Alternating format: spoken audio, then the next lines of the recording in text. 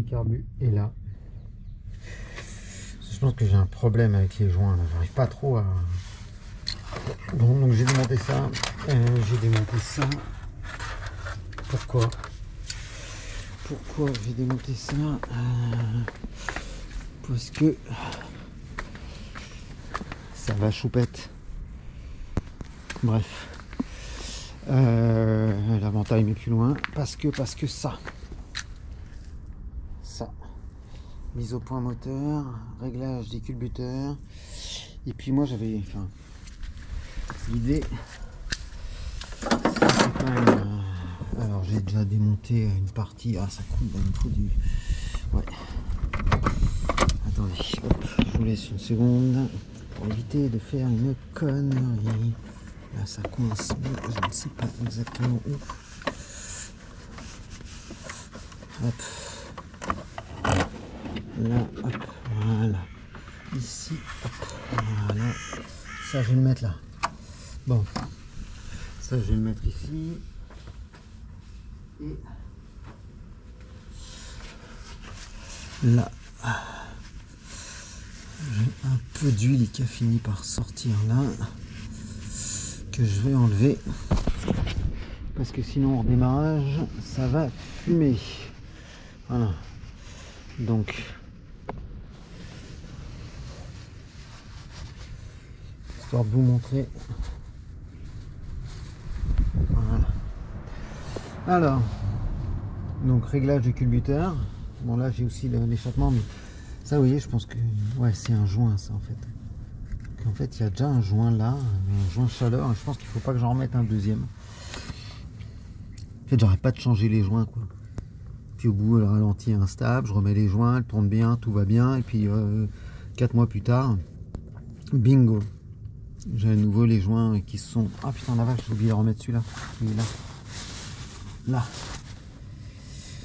Ok, bon, bah, je vais faire ça aussi. Je vais remettre. Ah ouais, bien joué Roger. Quand j'ai changé le démarrage, j'ai oublié de remettre le truc. Il va peut-être falloir faire.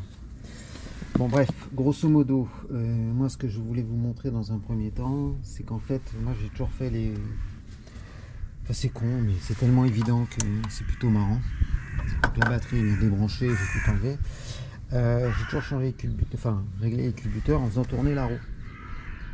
Et je sais pas si vous me voyez venir, mais c'est une boîte auto. Du coup, bah, je tourne les roues et ça tourne pas.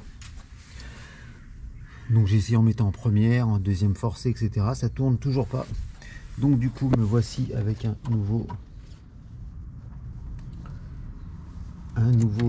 challenge entre guillemets, un challenge de fou, qui consiste à faire tourner ce satané moteur avec la poulie de Villebrequin. Attendez pas du tout à ça. Voilà, j'étais pas du tout sur cette base. Alors ça il est réglé super fort, et donc en fait le premier truc à faire c'est de mettre celui-ci là. Alors, en fait il y a le collecteur d'échappement et d'admission qui sont dans le même, donc on se retrouve là. Ça c'est l'admission, donc on a ces deux là qui sont de l'admission. Je suppose, je revérifie, oui, échappement, ok, échappement, admission, échappement. Donc il faut déjà mettre au point mort où, pour mettre à pleine ouverture la soupape, celle-ci, qui doit être la numéro 1. Donc c'est en tout cas c'est la première soupape sur le premier cylindre qui nous permettra de régler l'admission du cylindre 3 et l'échappement du cylindre 4. Donc l'admission du cylindre 3 c'est celui-là, et l'échappement du cylindre 4 c'est celui-là. Voilà, sachant que l'admission ça se règle à 0,15 et l'échappement à 0,20. Donc ça on positionne en point moraux. Alors en point moraux, pardon, oui en point moraux, enfin en tout cas en pleine ouverture, c'est-à-dire échappement ouvert. Donc échappement ouvert c'est ça poussé, là on n'y est pas du tout. Voilà. Donc, je vais vous mettre ça, comme ça, je sais pas si vous voyez, plutôt marrant. Ouais, normalement on voit. Donc je fais tourner, hop, hop, hop, voilà, elle commence à descendre, vous voyez.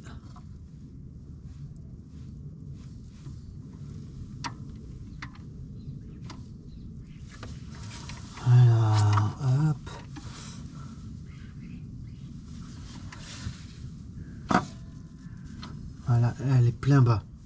Donc là, elle est en bas. Comme elle est en bas, normalement, si je prends, je garde mon livre, on va voir. Donc, normalement, si j'ai du gras, on fait à chaud en premier l'admission du cylindre 3. Donc on doit être sur du 0,15.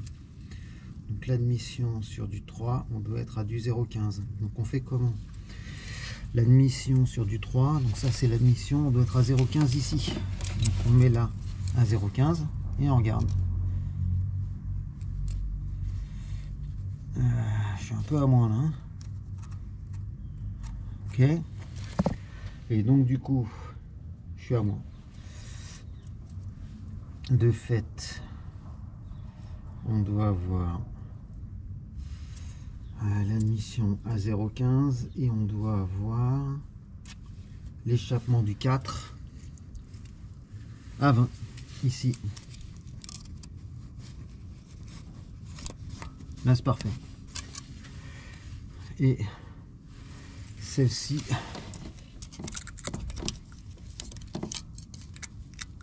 non, celle-ci on arrive à peine à le passer. Voilà, donc en fait là, ça va être du gras coulissant. Donc on fait quoi? On prend une clé 10 et on dessert là, comme ça. Si on y arrive. Hop. Là. Ok, c'est serré, serré. On serre comme ça. Et normalement, avec une petite clé de 4, on peut tourner. Alors là, on voit quoi? Là, on voit ici, je sais pas si vous voyez. Est-ce que vous voyez? Oui, vous devez voir en fait. Donc là, ça vous devez voir. Et donc, soit coulisser gras à 15. Donc, coulisser gras à 15. Si je desserre plus, avec ma clé de 4, là ça coulisse plus. Et là, ça coulisse. Vous voyez, là, il est bloqué. Là, il coulisse gras. Voilà. Là, il coulisse gras. Je resserre en essayant de faire en sorte que, hop, et je vérifie le 0,15 comme ça. Là je vérifie ce que j'ai fait. Là je vérifie ce que j'ai fait et en fait ça ne passe plus. Donc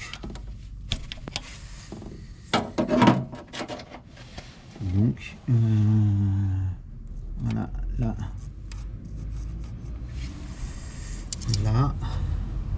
peut-être qu'idéalement on est bien. Ouais. Là ça coulisse gras. Je peux essayer comme ça. Ouais. Ce qu'il y a, c'est que quand je resserre, ça. Donc en fait, il faut qu'il y ait un peu plus de jus. Alors là, ça coulisse peut-être très gras. Et là, ça coulisse beaucoup trop. Hein.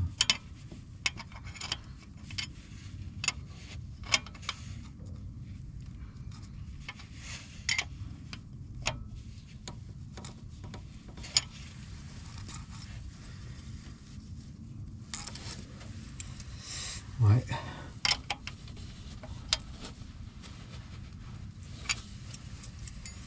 Et donc là, non, c'est trop large. Bref, vous avez compris le principe. Là, on est déjà à 9,40. Je vais pas vous faire toute la colonne, hein, puisqu'en fait, là vous avez les chiffres. Cylindre 1, 3, 4, ça va fonctionner. Et puis après, il faut repositionner. Mais là, ainsi de suite. C'est joli quand même. Hein. Moi, je trouve ça très très joli. Voilà, je vous montre. Parce que moi, je trouve ça très très très beau. Mais bon, chacun son truc. Hein. On est bien d'accord. Allez, on continue. Bon, avant de refermer, parce que c'est quand même chiant, j'ai vérifié tout ça par un. On vérifie quand même gentiment qu'on n'a rien oublié de resserrer. On a besoin de serrer comme un âne, mais en tout cas, On s'assure qu'on a tout serré. Une question que je me pose, c'est est-ce qu'on peut faire tourner le truc sans cache culbuteur? Mais bon, dans le cas présent, je pense qu'on peut le faire, ça pose pas de problème particulier, mais dans le cas présent, ça présente qu'un intérêt limité puisque j'ai pas de carbu. Et que pour mettre le carbu, il faut ranger le cache culbuteur. Donc pour le coup, ça présenterait qu'un intérêt très minime. Du coup, voilà, je vais repasser en revue, je vais refaire tourner une fois, je vais les vérifier tous un par un. J'allais me rechercher ma vis.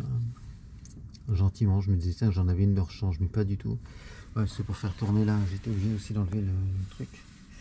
Et donc voilà. Bon, donc on s'occupe pas mal. Et je pense que ça, c'est un joint, en fait, un joint par chaleur. Et donc, je pense que là-dessus, il faut que je positionne directement ma cale. Voilà. Et que je remette un joint par-dessus, mais qu'il y a déjà un joint. Il ne faut pas mettre un joint par-dessus ce joint. Ouais, c'est ça, je pense que c'est un joint par chaleur, ça. Bon, ok, à lui dire des conneries, on verra plus tard. Allez, je fais ça, je referme et on se retrouve pour le carbu. Et là, c'est bon, j'ai tout vérifié, mais je peux le faire sans vous, quoi.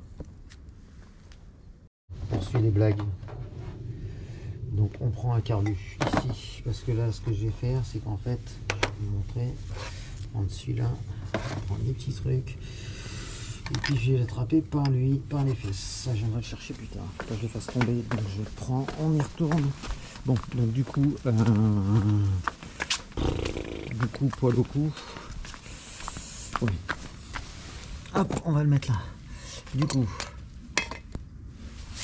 c'était pour vous expliquer. Je pense que ça là, c'est un joint. Donc je vais mettre ça. On va le faire au fur et à mesure, hein, avec juste un joint papier. Parce que je pense que le joint du dessous doit être un joint étanche. Voilà. Là.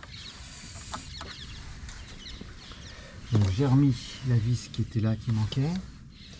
J'ai refixé ça. Je fais ça. Je vous pose là. J'arrive avec un carburateur. J'arrive avec un carbu qui est là. Carbu. Avec un carbu comme ça, ça va carburer. Bon, avant de remettre, je vais resserrer et vous me ferez penser aussi à repurger. Voilà. Donc on est là. Les deux durites de liquide de refroidissement, 1 et 2 là, que je vais resserrer avec mon tournevis que j'ai rangé.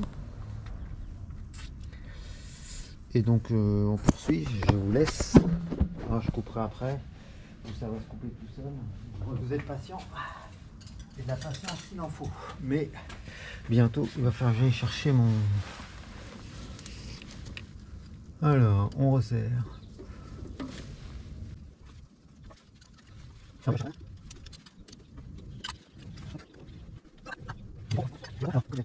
Et là, hop.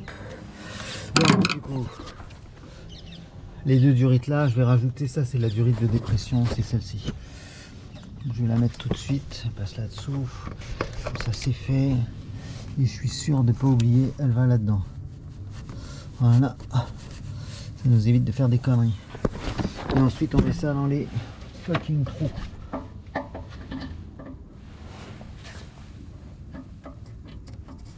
Je comprends pas. Parce que là. Voilà. Hop. Voilà. Et voilà. Ok. On va pas oublier de fixer. Pour l'instant, tout ce que je peux laisser en dehors, je laisse en dehors. Ce sera là. Hop. Donc maintenant il faut des boulons de 12. Hop, celle-là de 12. Et je vais faire de l'autre côté. J'arrive. Vous avez vu. Comme ça. J'espère que je suis bien coiffé. Hop. Là. En fait, c'est pour ça que je suis pas fan de mettre la durite de dépression avant. C'est que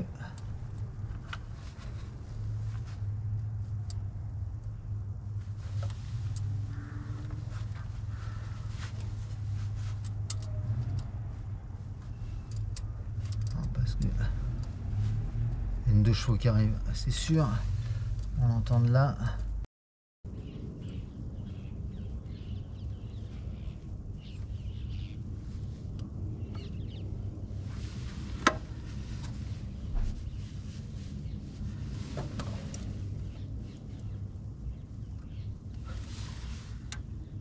Hop.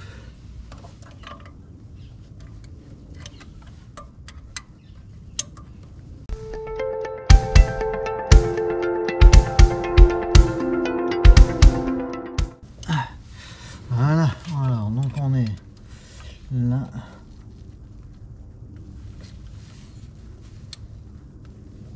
Bon. Enfin, je vous laisse. Je vais aller chercher la lampe frontale. Parce que là, je sais pas quelle heure il est, mais je pense qu'on atteint le bout du haricot de ce que je peux faire. Alors ensuite, je rebranche le câble du gouverneur comparateur. Donc ça, c'est un câble qui est branché directement, qui est spécifique à ce carburateur là. Parce qu'en fait, sur les autres carbus, il n'y a pas. Enfin, sur les carbus, on va dire pas auto. Là, est-ce qu'il est bien? Voilà, là il est bien positionné. Voilà. Du coup, quand on accélère, on se retrouve avec ça. J'en ai de rechange, le truc blanc là. C'est typiquement un truc qui peut casser. Voilà. Alors ensuite de ça, il restera. Je crois que c'est le câble de starter, ça, non? Putain, une fois j'aurais mis le câble de starter, on aura bien avancé. Et donc voilà. Bon, et on aura même fini. Allez, je vous laisse. Après tout, il me reste encore des durites là. Donc ça, c'est des durites de reniflard. On va les faire en shoot.